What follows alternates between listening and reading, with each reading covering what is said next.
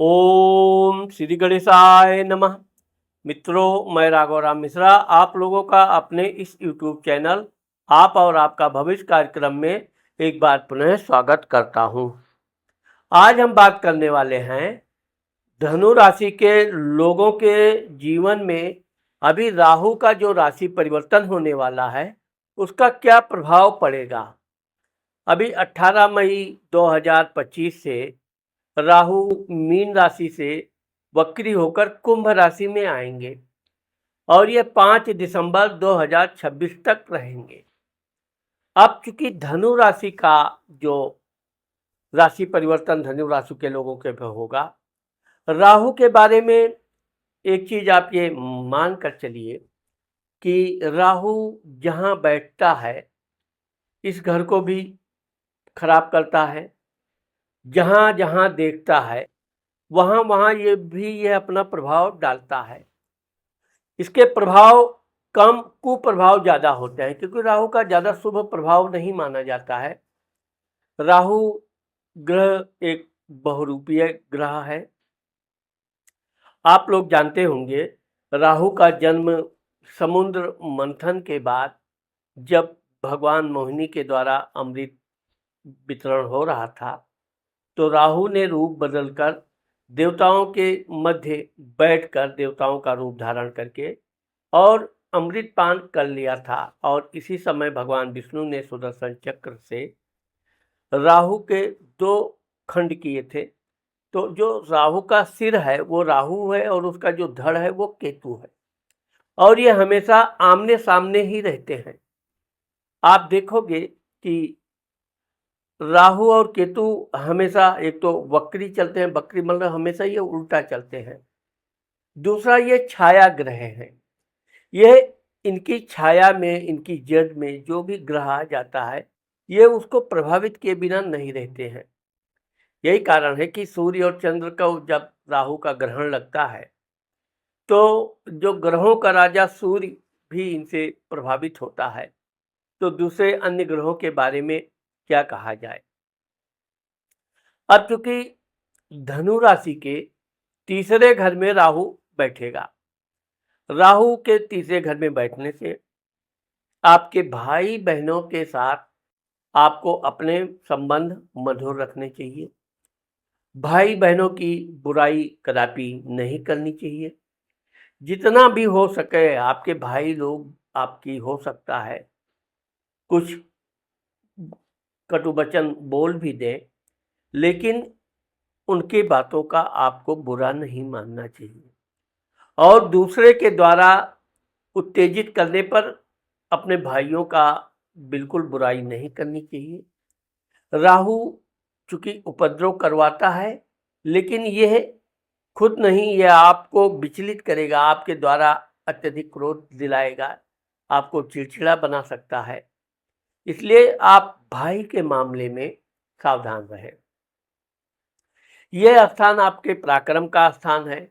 आप मेहनत करेंगे, मेहनत का फल आपको देगा। राहु तीसरा परिश्रम का फल अच्छा देता है। आपके पास अच्छा इनकम होगा, जो भी कार्य करेंगे उसमें आपको सफलता मिलेगा। लेकिन ये राहु अपनी पूर्ण दृष्टि से, राहु की 3 दृष्टि होती है, पंचम, सप्तम और नवम।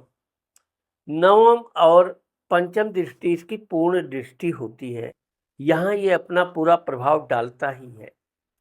अब चूंकि इसकी जो पंचम दृष्टि है वो आपके जीवन साथी, वैवाहिक सुख के घर को, व्यापार के घर को पर डाल रहा है। आपका व्यापार बिजनेस तो ठीक ठाक चलेगा, व्यापार में आपके विस्तार भी हो सकता है, लेकिन जीवन साथी के साथ ये जो दृष्टि डालता है तो किसी न किसी बात पे आप अपने जीवन साथी से बेवजह तनाव महसूस करेंगे। आपको ऑटोमेटिक जीवन साथी के प्रति क्रोध उत्पन्न होगा।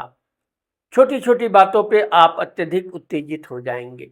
बस यही राहु का सबसे बड़ा दुष्प्रभाव आपके ऊपर नुकसान का दायक सिद्ध होगा। आपको इस बात का ध्यान रखना चाहिए कि जिस तरह से आप अपने एक सिक्के के 2 पहलू हैं, ऐसे ही आप अपने जीवन साथी के प्रति बिल्कुल इसी तरह की भावना से आप ये 1.5 वर्ष यानी कि 18 महीना आपको निकालना है। समय चलता जाएगा। राहु समय समय पर कभी आपके परिवार की वजह से आपके और आपके जीवन साथी के बीच में वैचारिक मतभेद हो सकते हैं। कभी आपके ससुराल के पक्ष के कारण वैचारिक मतभेद हो सकते हैं। लेकिन आपको इस बात का ध्यान रखना चाहिए कि ये आपके जीवन साथी हैं और एक दूसरे के बिना आप अधूरे हैं, अपूर्ण हैं। जोश में, उत्तेजना में कोई ऐसा निर्णय जीवन साथी के प्रति नहीं लेना चाहिए जो आपको विनाश का कारण बने। हो सके तो क्रोध जीवन साथी कर रहा है, आप नहीं क्रोध कर रहे हैं तो यह आपका बड़प्पन है।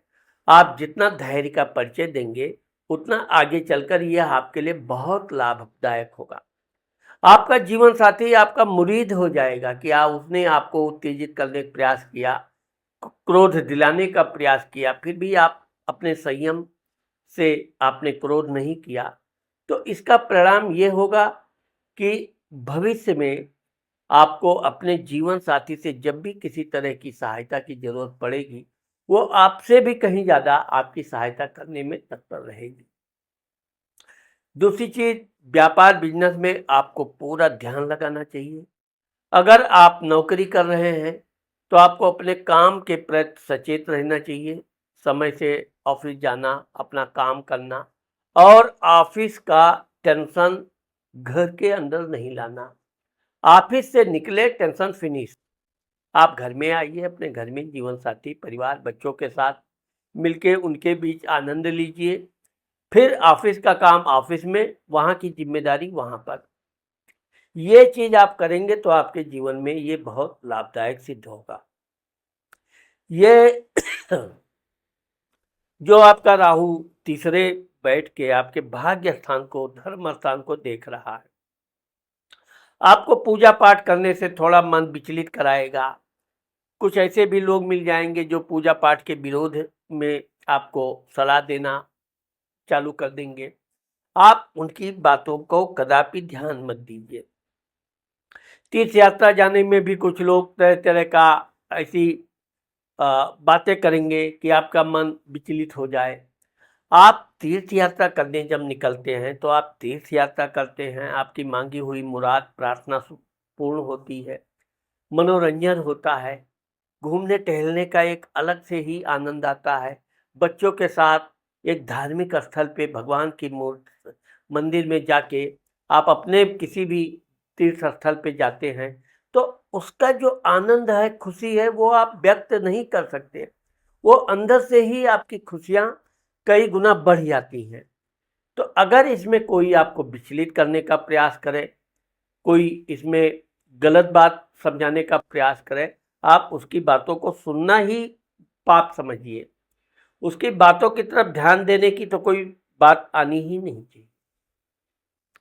इसलिए आप जो भी तीर्थ यात्रा के लिए अपना विचार बनाए हैं, आप अपनी तीर्थ यात्रा के लिए यात्रा कीजिए, भगवान का दर्शन कीजिए, अपने जो भी देव हैं उनकी स्तुति कीजिए। साथ ही आप जितना अधिक अपना दैनिक पूजा कर रहे हैं उसके ऊपर बिल्कुल दृढ़ रहिए। हमको अपनी पूजा पाठ, जो प्रतिदिन पूजा पाठ है या मंदिर में जाना या जो भी है, उस पर आप किसी भी तरह का आनाकानी मत कीजिए। ये राहु आपके लाभ घर को देखेगा, यह आपके लिए बहुत अच्छा सगुन है। क्योंकि राहु जब लाभ घर में बैठता है या लाभ घर को देता है तो यह अत्यधिक धन की प्राप्ति देता है। यहाँ पर यह भी है कि आपको लोग अनैतिक धन का भी प्रलोभन देंगे, गलत कार्य के लिए भी उकसाने का प्रयास करेंगे।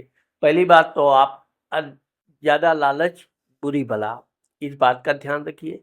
आप जो भी मेहनत परिश्रम करेंगे उससे आपको जो लाभ मिलेगा वो अस्थायी होगा, टिकाऊ होगा। इसलिए आपको अपने परिश्रम से अच्छा खासा लाभ भी होने का योग है और आपका आर्थिक स्थिति मजबूत होगी। यहाँ पर हम आपको सिर्फ दो बातों पर ध्यान देने के लिए बताएंगे। एक तो अपने जीवन साथी के प्रति आप बिल्कुल नम्रता का परिचय दीजिए, नम्र रहिए, वो अगर कुछ बोल भी देती हैं तो उनको बिल्कुल अनसुना रखिए। इससे आपका मानसिक संतुलन बड़ा प्रसन्न रहेगा, खुश रहेंगे आप। और दूसरा, भाइयों के प्रति आप बिल्कुल ईर्ष्या पनपने ही मत दीजिए। इस तरह से जो राहु आपके तीसरे घर में आएगा आपको बिल्कुल नुकसान नहीं कर पाएगा, उल्टे आपको ये बहुत से चीज़ों में लाभ भी देगा, आपके कार्य में सिद्धि भी होगी और आप इसके द्वारा प्रदान आर्थिक स्थिति से अच्छा खासा धन प्राप्त करने में सफल होंगे। तो मित्रों, आज मैंने आप लोगों को धनु राशि के लोगों के राहु के राशि परिवर्तन के बारे में जो बताया है, मुझे आशा है कि आप लोगों को मेरा ये वीडियो ज़रूर पसंद आएगा। अगर मेरा ये वीडियो आपको पसंद आता है और आपने मेरे चैनल को अभी तक सब्सक्राइब नहीं किया है, तो आप मेरे चैनल को सब्सक्राइब करना और कमेंट करना मत भूलिए। नमस्कार।